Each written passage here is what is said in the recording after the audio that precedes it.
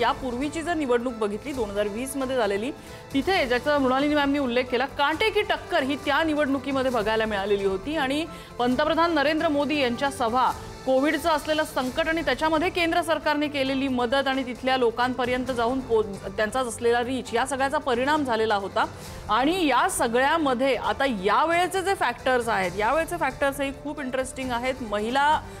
महिलांना असलेली 10,000 रुपयांची मदत, त्याचबरोबर कास्ट फॅक्टर तर कायमच असतो बिहारच्या निवडणुकीमध्ये। हे सगळे मुद्दे कशा पद्धतीने आता परिणाम करतायत हे बघावं लागेल। आपण काही बिग फाईट्स बघूया। तर बिग फाईट्समध्ये भाजपचे प्रशांत विशाल आघाडीवरती आपल्याला दिसत आहेत। तरारी मतदारसंघामधनं, अलीनगरमधनं भाजपच्या मैथिली ठाकूर आघाडीवरती आहेत। तेज प्रताप सिंग हे महुआमधनं निवडणुकीच्या रिंगणात उतरलेले होते, काही काळ ते आघाडीवर होते, मात्र ते पुन्हा आता पिछाडीवरती पडलेले आहेत आणि या घडीला 200हून अधिक जागांचे कल हाती आलेले आहेत आणि त्यामध्ये एनडीए 132 जागी आघाडीवर आहे, तर महागठबंधन 65 जागी आघाडीवर आहे। इतर पक्षांना 5 ठिकाणी आघाडी मिळालेली आहे, ज्यामध्ये तेज प्रताप यांचा पक्ष असेल किंवा इतर अपक्ष उमेदवार आणि प्रशांत किशोर यांचा पक्ष आहे जनसुराज्य, ते काही ठिकाणी आपल्याला आघाडीवर दिसतात। तेज प्रताप यादव, लालू प्रसाद यादव यांचे पुत्र, ज्यांनी आपल्या कुटुंबापासून फारकत घेत जेजेपी जनशक्ती जनता दल नावाचा वेगळा पक्ष त्यांनी स्थापन केलेला होता, ते काही काळ आघाडीवरती होते, मात्र ते आता पुन्हा एकदा पिछाडीवरती आहेत। महुआमधनं ते निवडणुकीच्या रिंगणात आहेत। काँग्रेसचे भाऊसाहेब आजबे आपल्यासोबत चर्चेत सहभागी झाले आहेत। भाऊसाहेब, आता आकडेवारीवर तर आपण बोलूया। महागठबंधन 65 जागांवरती आघाडीवरती आणि त्यामध्ये काँग्रेसची अगदीच सिंगल डिजिट आकडे आहेत। काँग्रेसचा कल जो आपण सुरुवातीचे हे बघतोय, कसं बघताय याकडे? अगदीच सुरुवातीचा कल आहे। मला वाटतं ईव्हीएमची मतमोजणी सुरू होऊन तासभर पण झालेला नाहीये, त्याच्यामुळे हे एकदम सुरुवातीचे कल आहेत। जसा वेळ जाईल तसं हे चित्र बदलताना दिसेल असा आम्हाला विश्वास आहे। कुठले फॅक्टर्स हे चित्र बदलताना दिसेल असं वाटतं? कुठले फॅक्टर्स तुमच्या फेवरमध्ये आहेत? एक सगळ्यात महत्वाचा फॅक्टर असा आहे की या इलेक्शनची सुरुवातच SIR पासून झाली, त्याच्यामध्ये अनेक मतदारांची नावं डिलीट केलेली होती, संघर्ष पार अगदी सुप्रीम कोर्ट पर्यंत गेला आणि मग पुन्हा ती नावं जी आहेत ती त्यातली बरीचशी इलेक्शन कमिशनला घ्यावी लागली आणि मग जी वोटर अधिकार यात्रा झाली, जी राहुल गांधी यांच्या नेतृत्वाखाली होती, ज्यामध्ये तेजस्वी यादव हे देखील सहभागी झालेले होते। त्यामुळे ज्या पद्धतीनं भाजपा इलेक्शन कमिशनच्या मदतीनं ऑपरेट होतात हे सगळं बिहारच्या मतदारांसमोर आलेलं होतं। त्या यात्रेला देखील खूप चांगला रिस्पॉन्स मिळालेला होता। त्यामुळे बिहारच्या मतदारांमध्ये, विशेषतः तरुणांमध्ये झालेली एक जागृती, हा एक महत्वाचा फॅक्टर आहे। आणि दुसरा जो आहे की सगळे जे मुद्दे होते, म्हणजे बेरोजगारी आणि बाकी असे सगळे जे मुद्दे आहेत ते महागठबंधनने चर्चेमध्ये आणलेले होते। त्यामुळे तेजस्वी यादव यांनी देखील त्या अनुषंगाने जी आश्वासनं दिलेली होती ती निश्चितपणे जो जेनझी किंवा जो तरुण वर्ग आहे त्यांना अपील करणारी अशी आहेत। आणि तिसरा जो मुद्दा आहे की नितीश कुमार यांचं वाढलेलं वय आणि त्यांच्या तब्येतीच्या ज्या काही तक्रारी अगदी सार्वजनिक पद्धतीने पण दिसत आहेत, तर नितीश कुमार आले तरी हे सरकार बनेल का, हे टिकेल का, याच्याविषयीची पण एक शासनकर्ता निश्चितच मतदारांच्या मनामध्ये आहे। आणि त्यामुळे निश्चितपणेच आम्हाला असं वाटतं की जसा वेळ जाईल तसं आपल्याला आकडे बिहारमध्ये हे सगळं अनप्रेडिक्टेबल असतंच, मात्र याही पूर्वी चर्चेत तो विषय आलेला होता। मुख्यमंत्री पदाचा चेहरा जरी एनडीए मधनं देण्यात आलेला नसला तरी नितीश कुमार यांचं नेतृत्व हे सायलेंटली कुठेतरी ते मान्य करतायत, त्यांची सिनियरिटी मान्य करतायत। कदाचित केंद्रातली त्यांची अपरिहार्यता असू शकते, मात्र त्याही पुढे तुमच्या नेतृत्वाने तेजस्वी यादव यांचं नेतृत्व थेट मान्य केलेलंच नाहीये। तेजस्वी मी मुख्यमंत्री पदाचा चेहरा म्हणून सांगतायत आणि तुम्ही गठबंधनमध्ये एकत्र असलेले तुमचे नेते राहुल गांधी एकदाही म्हणत नाही की हा आमचा मुख्यमंत्री पदाचा चेहरा आहे। याच्याकडे तरुणाई येईल असं वाटतं? नाही, अब्सोल्युटली यामध्ये तथ्य नाहीये, कारण ते मुख्यमंत्री पदाचा चेहरा असतील याविषयी सर्व सहमती आहे। ती या कारणासाठी आहे कारण हे आम्ही मान्य करतो की या निवडणुकीमध्ये काँग्रेस हा काय आरजेडी इतका मोठा प्लेअर नाहीये। आम्हाला ज्या जागा मिळणार आहेत त्या देखील लिमिटेड जागा मिळणार आहेत, त्याच्यामुळे काँग्रेस किंवा लेफ्ट पार्टी इतर अलायन्स पार्टनरचा मुख्यमंत्री बनेल ही शक्यताच नाहीये। महागठबंधन आल्यानंतर तेजस्वी यादव हेच मुख्यमंत्री होणार आहे। सो त्याच्यामुळे मला वाटतं हा भाजपनं चालवलेला प्रोपॅगंडा आहे की राहुल गांधींनी विरोध केलेला आहे किंवा अगदी उघडपणे त्याचं समर्थन केलेलं नाहीये। सत्ता आल्यानंतर तेजस्वी यादव हेच मुख्यमंत्री होतील याच्याविषयी कोणतंही दुमत नाही। ठीक आहे, आपण अवधूत वाघ यांच्याकडे जाऊया, त्यांची प्रतिक्रिया आकडेवारीवरती आणि या सगळ्या मुद्द्यांवरती घ्यायला। अवधूत वाघ, बघा असं आहे की या संपूर्ण बिहारच्या निवडणुकीमध्ये भारतीय जनता पक्ष, आरजेडी आणि जेडीयू हे 3 प्रमुख पक्ष हे मोठ्या जागा घेताना दिसत आहेत। कमीत कमी कल तरी त्यांच्या बाजूने आहेत, परंतु इथे जनस्वराज्य असो किंवा काँग्रेस असो हे काही फारशी चमकदार कामगिरी करतात असं दिसत नाही. 9 जागांमध्ये काँग्रेस आघाडीवर आहे असं दिसतं. वाढतील कमी होतील तो गोष्ट वेगळी, परंतु आज तरी जर बिहारमध्ये इंडिया आघाडीचं सरकार बनवायचं असेल त्यामध्ये काही महत्वाची भूमिका काँग्रेस पार पाडत आहे असं सध्या तरी दिसत नाहीये. आणि होतंय काय की गेली 25 वर्ष बिहारमध्ये नितीश कुमार हे सत्तेवर आहेत. हो. काँग्रेस गेली कित्येक वर्ष त्यांनी सत्तेचं तोंड पनवेल आपलं बिहारमध्ये बघितलेलं नाहीये.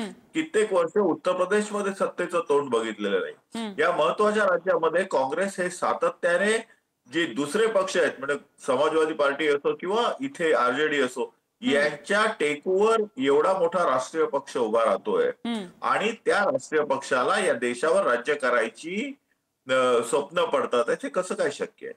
जो राष्ट्रीय पक्ष अगदी महाराष्ट्रामध्ये बघा काय त्या पक्षाची हालत झालेली आहे विधानसभेमध्ये, बिहारमध्ये बघा, उत्तर प्रदेशमध्ये बघा, पूर्वांचलमध्ये बघा. अशा परिस्थितीमध्ये मला असं वाटतं की काँग्रेसच्या नेतृत्वाने आता विचार केला पाहिजे, आणखीन भाकरी परतवली पाहिजे. लागोपाठ 99 वेळा निवडणुका हरणाऱ्या राहुल गांधींमुळे काँग्रेस जर रसातळाला जात असेल तर काँग्रेसला मानणाऱ्या कार्यकर्त्यांनी याच्या विरुद्ध आवाज उठवला पाहिजे.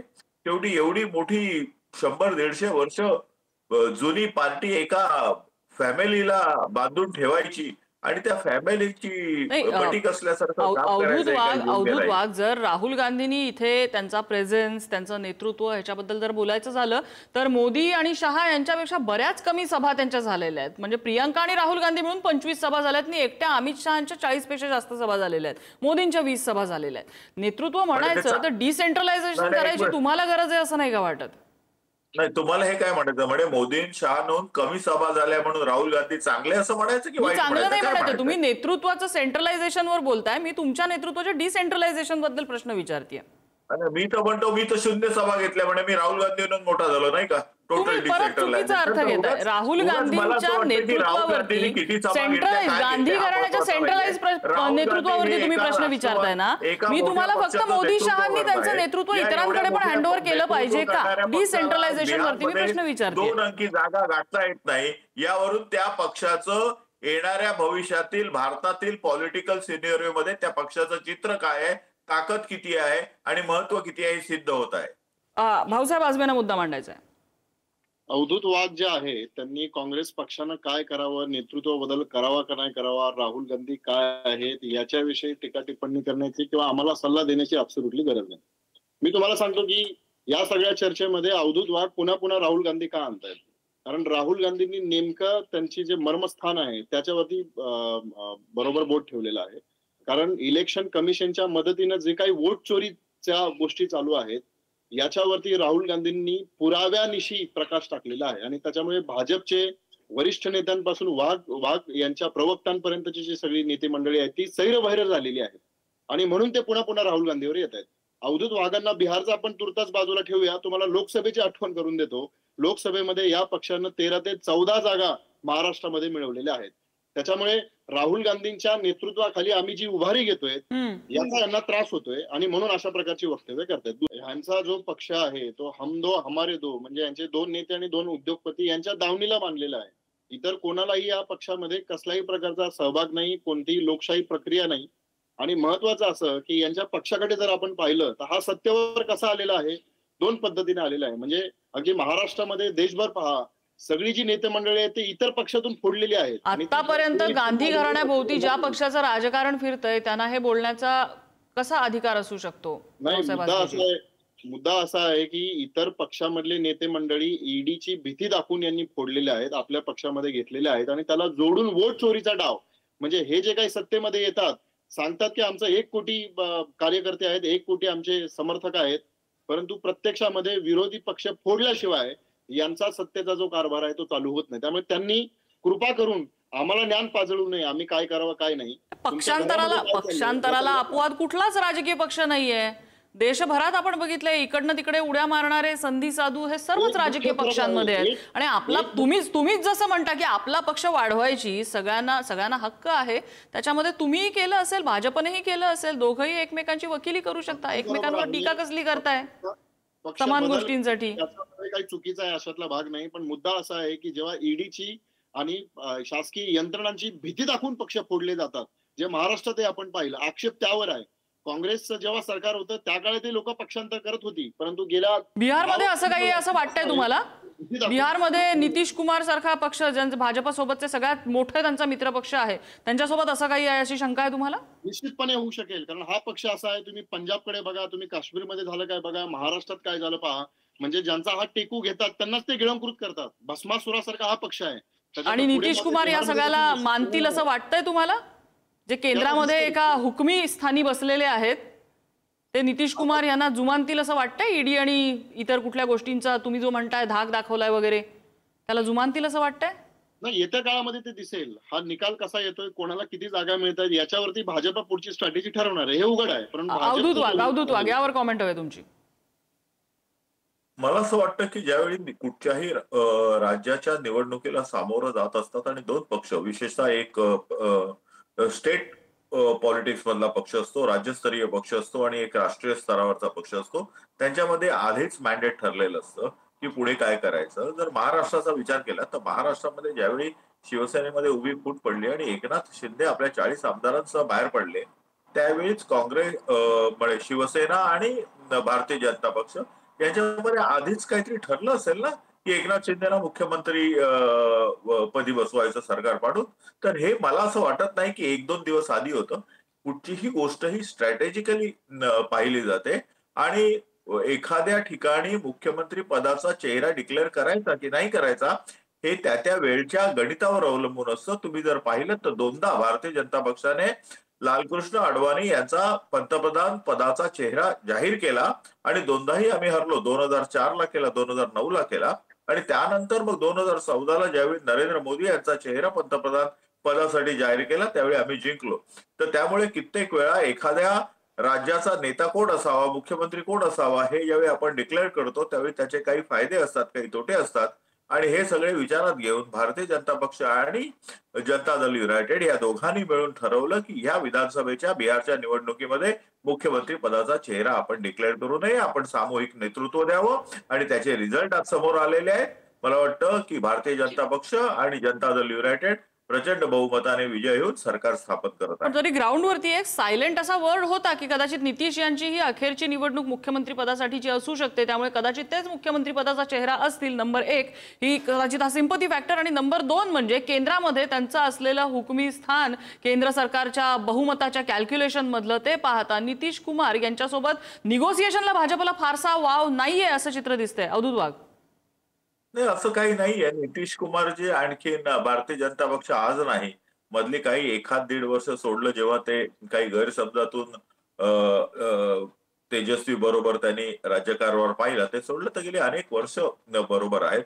अटल बिहारी वाजपेयीच्या सरकारमध्ये सुद्धा नितीश कुमार रेल्वे मिनिस्टर होते, त्यामुळे अनेक वर्षापासूनचे संबंध आहेत आणि हे जे संबंध असतात ते एखादे खुर्ची, एखादं पद याच्या पलीकडे जाऊन असतं. आणखीन आता कोणतरी सातत्याने नितीश कुमार यांच्या तब्येतीबद्दल चर्चा करत आहे, तर तब्येत तशी खरगेंची पण तब्येत काही ठीक नाही, सोनिया गांधींची पण तब्येत काही ठीक नाहीये आणि हे चालत राहतं. आज आपल्या शरद पवार साहेबांची तब्येत ठीक नाहीये तरी पण हे सातत्याने राजकारण करत असतात. अगदी लालू प्रसाद यादव यांच्यावर अनेक वेळा ऑपरेशन झाली आहेत आणि त्यांची पण तब्येत ठीक नाहीये. तर मला वाटतं की राजकीय क्षेत्रात आपण बोलत असताना एखाद्याच्या तब्येतीवर चर्चा न केलेली बरी, ती एक वैयक्तिक बाब असते, त्याच्यावर फार ओपनली चर्चा करत नाहीत, असं एक हा साधन सुचितेचा भाग आहे. नाही, अगदी आपण नितीश कुमार यांच्याकडे जसं त्यांच्या विकासाची इमेज त्यांची जी तयार केलेली आहे, त्याचबरोबर एक दुर्दैवाने पलटूराम असंही विशेषण त्यांना लागलेलं आहे. भाजप अजूनही त्यांना विश्वासाचा मित्र म्हणून बघतंय का? उद्या जर त्यांना आणखीन चांगली ऑफर आली विरोधी पक्षामधनं तर नितीश कुमार त्या गोटात जाणार नाही, त्याची गॅरंटी भाजप कशी देऊ शकतं? राजकारणामध्ये उद्या काय होईल हे आज ठरवता येत नाही, तरी पण त्याची व्यवस्था आज केलेली असते ना, जसं तुम्ही म्हणालात आधीपासून स्ट्रॅटेजी ठरलेली असते. तेच मी म्हणतो त्यात, परंतु कालच्या अनुभवावरून धडा घेऊन आपण उद्याची बेगमी आणि उद्याची तुमच्या भाषेत म्हणायचं तर स्ट्रॅटेजी करू शकतो. स्ट्रॅटेजी हा शब्द तुमचा आहे, उद्याची स्ट्रॅटेजी तुम्हीच म्हणाला होतात महाराष्ट्राच्या बाबतीत. काही त्याच्यामध्ये एखादा शब्द वापरण्यामध्ये काही गैर आहे असं मला वाटत नाही नाही. स्ट्रॅटेजी अजिबात चुकीचा किंवा अगदी अपवाद वगैरे असावा असा काही शब्द नाही. स्ट्रॅटेजी हा अगदीच फेअर शब्द आहे. पण ही स्ट्रॅटेजी बिहारसाठी काय असू शकते कन्सिडरिंग नितीश कुमार यांचं केंद्रामधलं वेटेज आणि त्यांची राज्यामधली असलेली पलटूरामी इमेज? उद्या भाजप कशासाठी तयार आहे? उद्या नितीश कुमार तुमच्यापासून त्यांनी फारकत घेतलीच तर काय? जेडीयू हा प्रादेशिक पक्ष असल्यामुळे नितीश कुमार यांचं संपूर्ण लक्ष बिहार आणि बिहारच्या राजनीतीपुरतं सीमित आहे. परंतु भारतीय जनता पक्ष हा राष्ट्रीय पक्ष असल्यामुळे त्याला सगळ्या प्रकारे आणि सर्व राज्य आणि अख्ख्या देशाचा विचार करावा लागतो. त्यामुळे काही प्रश्नांमध्ये दोन पक्षांमध्ये मतांतर असू शकतात आणि या मतांतरामुळे गेल्या वेळी आम्ही दुभंगलो होतो. परंतु यावेळी अतिशय चांगल्या पद्धतीने मनोमिलन झालेलं आहे. अशा प्रकारे काही होणार नाही, शिंक पडणार नाही आणि बोक्याला लोणी मिळणार नाही. हे शिंक पडेल आणि बोक्याला लोणी मिळेल म्हणून जे पराभूत बोके शिंक तुटण्याची आशा धरून खाली बसलेले आहेत त्यांच्या हातात काही लागणार नाही. भारतीय जनता पक्ष आणि जनता दल युनायटेड दोघे मिळून राज्य करतील. मुख्यमंत्री पदाचा चेहरा कोण असेल हे तुम्हाला 2-3 दिवसात कळेल. आणि जर समजा शिंक पडायची वेळ आलीच तर तुम्हाला राजदचाही अपवाद नसेल, तेजस्वी यादवांचा अपवाद नसेल? नाही, शिंक पडण्याची संबंधच येत नाहीये. कारण आज तुम्हीच म्हणालात राजकारणात काहीही शक्य होतं. समजा पडलंच तर तेजस्वी सुद्धा चालतील का सोबत? अजिबात नाही आणि असं काही होणारही नाही. याचं कारण असं की भारतीय जनता पार्टी ही सुद्धा ही सगळ्यात मोठा पक्ष म्हणून जगायला येईल आणि भारतीय जनता पक्ष जो ठरवेल त्याचप्रमाणे येणाऱ्या भविष्य काळामध्ये बिहारचा मुख्यमंत्री तय होईल. हाच असाच प्रश्न माझा काँग्रेसला सुद्धा आहे. उद्या निकालानंतर जर काही समीकरण बदलायची वेळ आली तर कदाचित तुम्हाला कास्ट अवे सारखं कास्ट असाइड केलं जाऊ शकतं. अशा वेळेला तुमचे पर्याय काय असू शकतात? नाही, सगळ्यात महत्वाचा मुद्दा असा आहे की अजूनही आम्हाला वाटतं हे सुरुवातीचे कल आहेत, त्यामुळे महागठबंधनच्या बाजूनच निकाल लागेल. त्यामुळे तसा काही प्रसंग येईल असं मला अब्सोल्युटली वाटत नाही. आणि दुसरी जी महत्वाची गोष्ट आहे की भाजप, म्हणजे जो तुम्ही अवधूत वाघांना प्रश्न विचारला होता की भाजप हा किती कोणत्या कारस्थान करून कोणत्या पातळीपर्यंत जाऊ शकतो हे वेळोवेळी दिसलेलं आहे. त्यामुळे त्यांची स्ट्रॅटेजी हीच असणार आहे की त्यांचा मुख्यमंत्री बसवायचा आहे आणि मग नितीश कुमार यांना कशा पद्धतीने कॉर्नर करता येईल, कशा पद्धतीने बाजूला करता येईल, किंवा कदाचित जेडीयू मध्ये एखादा एकनाथ शिंदे त्यांनी शोधूनही ठेवला असेल आणि ते या कारस्थानापर्यंत जाऊ शकतात हे देशानं पाहिलेलं आहे. मुख्यमंत्री पदाचा उल्लेख झाला. अवधूत वाघ, मुख्यमंत्री पदासाठी उद्या जर वेळ पडलीच की समजा मुख्यमंत्री पद विभागून दोन्ही पक्षांमध्ये, समजा तुमची जेडीयू सोबत युती झाली, समजा सत्ता आली, मुख्यमंत्री बसवायचा झाला आणि दोन्ही पक्षांना विभागून जर मुख्यमंत्री पद मिळालं तर भाजपकडे पर्याय काय आहेत? गेल्या वेळी सुद्धा आमच्या संख्या जास्त होत्या, जेडीयूची संख्या कमी होती, तरी पण आम्ही नितीश कुमार यांना मुख्यमंत्री बनवलेला आहे. हा इतिहास आहे. महाराष्ट्रामध्ये सुद्धा केवळ 40-42 आमदार असलेले वर्सेस आमच्याकडे 105 आमदार असून सुद्धा आम्ही एकनाथ शिंदे यांना मुख्यमंत्री बनवलेला. आता तुमचा जो प्रश्न आहे त्या प्रश्नामध्ये भारतीय जनता पक्ष हा एक लोकशाही मानणारा आणि लोकशाहीच्या प्रक्रियेतून काम करणारा आहे. इथे व्यक्तीला काही महत्व नाहीये, इकडे विचारांना महत्व आहे. तुम्ही पाहिलं तर तुम्ही मागच्या वेळेचा उल्लेख केलात. मागच्या वेळेच्यात आणि या वेळेच्यात फरक एवढा आहे की मागच्या वेळी तुम्ही नितीश कुमार यांच्या चेहऱ्यावर निवडणूक लढला होतात, यावेळेला चेहरा तुम्ही जाहीर केलेला नाहीये, म्हणून हा प्रश्न विचारायचा आहे. हो, तुम्ही जर पाहिलं तर आता 1 वर्षापूर्वी या निवडणुका झाल्या ज्याच्यामध्ये छत्तीसगड असो, मध्य प्रदेश असो किंवा राजस्थान असो, या तिन्ही ठिकाणी जे चर्चेत नव्हते अशा चर्चेत नसलेल्या चेहऱ्यांना मुख्यमंत्री बनवलं आणि ते अतिशय चांगल्या पद्धतीने राज्य करत आहे. भारतीय जनता पक्षाची जी कामाची पद्धत आहे, जी संघटनेची पद्धत आहे, या कामाच्या आणि संघटनेच्या पद्धतीमुळे एखाद्या व्यक्तीचा चेहरा नाही तर भारतीय जनता पक्षाची संस्कृती, कार्यपद्धती आणि विचार प्रणाली ही महत्वाचं आहे. उद्या भारतीय जनता पक्षाचा बिहारच्या मुख्यमंत्रीपदी जरी तुम्ही गेलात तरी कामाची पद्धत आणि हे सगळं सारखंच राहील, कारण आम्ही संघटनेला महत्व देतो. राहुल गांधी, प्रियांका गांधी, सोनिया गांधी, इंदिरा गांधी, राजीव गांधी, पंडित जवाहरलाल नेहरू याच प्रकारे एकाच ठिकाणी आणि एकाच फॅमिलीला मदत होईल अशी पक्षाची आमची रचना नसते. आमची पक्षाची रचना ती 140 कोटी लोकांना मदत होईल अशी असते. आजबे याच्यावरती कॉमेंट. नाही, मुद्दा असा आहे की कोणतीही गोष्ट झाली तरी जवाहरलाल नेहरू आणि राहुल गांधी यांचं नाव घेतल्याशिवाय यांचं उत्तर कधी पूर्ण होत नाही. मुद्दा प्रिसाइजली पुन्हा तोच आहे की यांनी ज्या ज्या ठिकाणी नवीन मुख्यमंत्री बसवलेले आहेत, मग ते तुम्ही पूर्वीचा हरियाणा घ्या किंवा आता मध्य प्रदेश घ्या किंवा गुजरात घ्या, ही सगळी बाहुली असणारी, ज्यांचा कोणताही आगापिछा नाही, ज्यांचा कोणताच एक स्टेचर नाही, अशी लोक बसवलेली आहेत. आणि ती तशी लोक का बसवलेली आहेत? कारण हा पक्ष फक्त 2 लोकच चालवतात. आणि त्याच्यामुळे जर या पक्षामध्ये इंटरनल डेमोक्रेसी असती तर उदाहरणार्थ वसुंधरा राजे राजस्थानमध्ये दिसल्या असत्या किंवा पुन्हा एकदा शिवराज मामा ज्यांना म्हटलं जातं ते मध्य प्रदेशमध्ये दिसले असते. परंतु हा पक्ष जो आहे तो ज्या पद्धतीने विरोधी पक्षांना ईडी आणि या सगळ्या गोष्टींचा धाक धपटशा दाखवतो, अगदी त्याच पद्धतीने एक मोठं भीतीचं वातावरण पक्षांतर्गत देखील आहे. त्याच्यामुळे आज या दोघांच्या विरोधात कोणी काही बोलू शकत नाही. आणि त्यामुळे जे काही हे देतील, म्हणजे अवधूत वाघ म्हणतात ही लोकशाही प्रक्रिया आहे. ही नावं जी नवीन मुख्यमंत्री म्हणून बसवलेली आहेत ती लोकशाही प्रक्रियेतून आलेली नसतात, ती वरून आलेली असतात. कोणतीही लोकशाही प्रक्रिया या पक्षामध्ये अवलंबली जात नाही. याची दुसरी एक बाजू जे लोक ज्याकडे पाहतात ते म्हणजे की ज्या ठिकाणी अनेक वर्ष आपली खुर्ची त्या ठिकाणी ठाम रोवून बसलेली जी लोक आहेत त्यांच्या खुर्चीला त्यांच्या केंद्रीय नेतृत्वाने सुरुंग लावला, नवीन नाव दिलं. त्या ठिकाणी आपण इन्व्हिन्सिबल असल्याची भावना काही नेत्यांमध्ये होती, त्यांच्या त्या भावनेला त्यांनी सुरुंग लावला, हे चांगलं केलं अशी भावना लोकांमधनं येते. तुम्ही जो म्हणताय त्याची कॉईनची दुसरी बाजू आहे ही. आजबेजी नाही, मुद्दा तसं खरोखर असेल, म्हणजे खरोखर बाकीचे जे आमदार मंडळी आहेत त्यांच्या सर्व सहमतीनं ती व्यक्ती निवडली गेली असं जर काही चित्र दिसलं असतं तर आपण हे तुम्ही जे म्हणता ते आर्ग्युमेंट मान्य केलं असतं. परंतु मुद्दा तसा नाहीये. यांना व्यक्ती अशी लागते की जी उठ म्हणलं की उठ, बस म्हणलं की बस करेल आणि पूर्णतः आपल्या कंट्रोलमध्ये राहील. त्यामुळे 1-2 अपवाद फक्त जर सोडले तर बाकी सगळे जे मुख्यमंत्री आहेत, तुम्ही कोणाला विचारलं या राज्याचा मुख्यमंत्री कोण आहे तर ते त्या मुख्यमंत्र्याचं नाव सांगू शकणार नाहीत. या पद्धतीचे आहेत.